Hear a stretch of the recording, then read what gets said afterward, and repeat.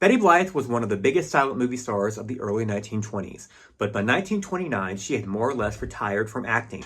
When she returned to the screen in 1932, she had become a character actress and an occasional leading lady in B-movies. What happened? Join me as I investigate. Betty was born Elizabeth Blythe Slaughter in 1893 in Los Angeles. She got her start on the stage at a young age, and by the time that she was 20, she had been in plays, musicals, and made quite a name for herself in vaudeville. One newspaper article even claimed that she studied music in Paris. She made further headlines in 1915 when she was one of the first women in history to model an unskirted bathing suit on the beach.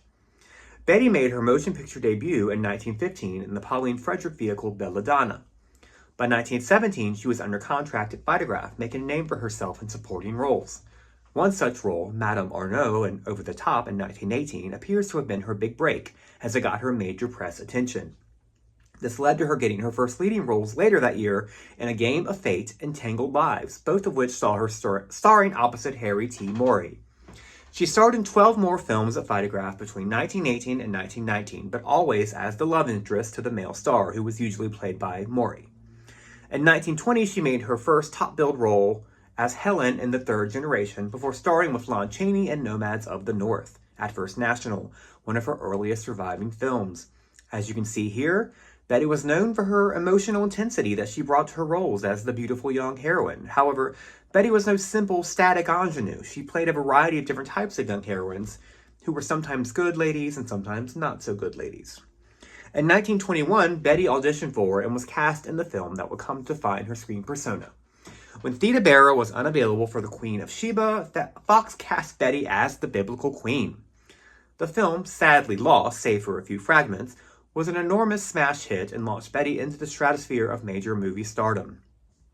After starring in the thriller Mother O' Mine, Betty formed her own production company and became a pioneer in the field of women producers. Betty produced and starred in 5 films between 1922 and 1923 for Betty Blythe Productions. For reasons that I cannot find, Betty stopped producing her films in 1923 and returned to acting in major Hollywood motion pictures. She starred in The Folly of Vanity with Billy Dove at Fox in 1924. In 1925, she traveled to England to star in She as the immortal Queen Aisha opposite silent star Carlisle Blackwell. Returning to the U.S. after that film, Betty's career appears to have slowed down in 1926. She starred in movies for Poverty Row Studios like Tiffany Studios and had major co-starring roles in major studio pictures like Glorious Betsy in 1928, which was an early part talkie for Warner Brothers starring Dolores Costello.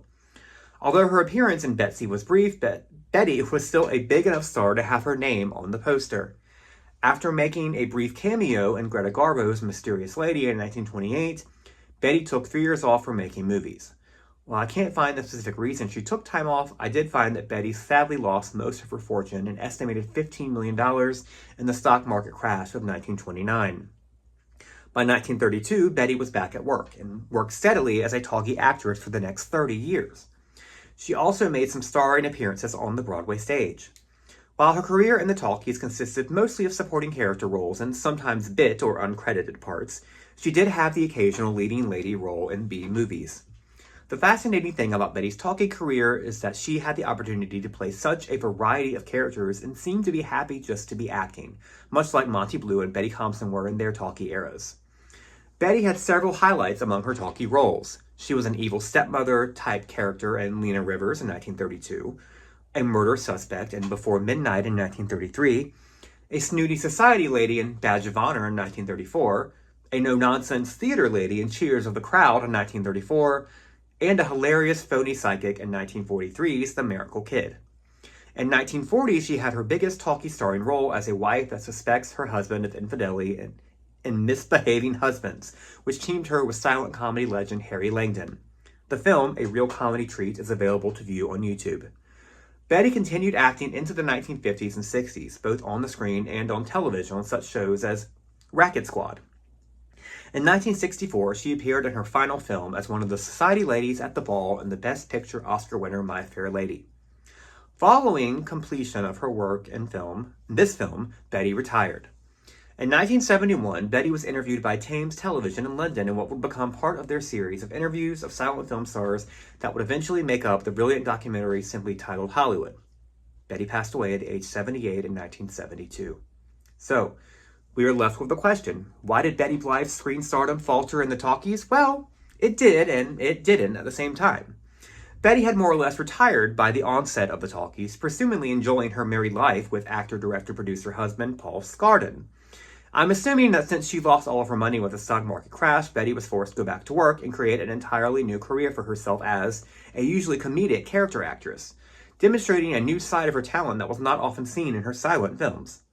In the over 50 talkies that she made, Betty demonstrated just how talented she truly was. While she wasn't the star of most of these films, she was memorable in each and every one, even if she was only on the screen for a few seconds, like her cameo in Topper in 1937. What a presence, what a talent, what a legend. Please like this video and subscribe or follow this account if you want to learn more about the history of silent films whose stardom lasted only briefly in the talkies. Up next, join me as I cover the silent to talkie career of trailblazer Clarence Brooks. Thank you so much for joining me. Have a great week.